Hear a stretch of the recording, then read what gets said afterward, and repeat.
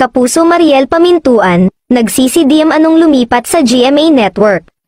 Baka sa mapait na pagmumukha ng kapuso starlet na si Mariel Pamintuan ang pagsisisi na lumipat sa GMA Network. Sa interview ni Luis Manzano sa kanyang vlog na, Luis Listens, sinabi nitong walang nangyayari sa career niya.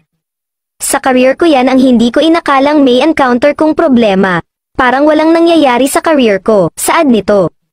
Nakilala si Mariel Pamintuan dahil sa kanyang revelasyon noon sa GMA Gala kung saan sinabi nitong lasang liver spread ang mga pagkaing pinili ng GMA Network.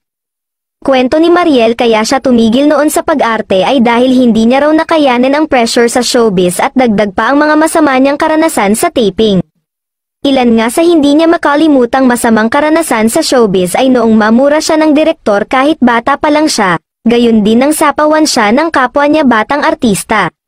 Biba raw siya kapag nasa harap ng kamera at kapag may interview, pero in real life ay tahimik lang daw siya kaya nang maranasan niya iyon sa co-star niya ay hindi na lang niya ito pinansin para hindi na magkaroon pa ng issue.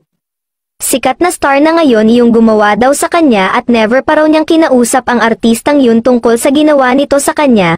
Matagal na sa industriya ng showbiz si Mariel Pamintuan, at dahil nagsimula ang kanyang karera bilang child actress, naranasan na rin niya ang panghinaan ng loob at magpahinga muna sa pag-arte. May panahon din na muntik na siyang magkaroon ng big break ngunit naudlot din ang lahat.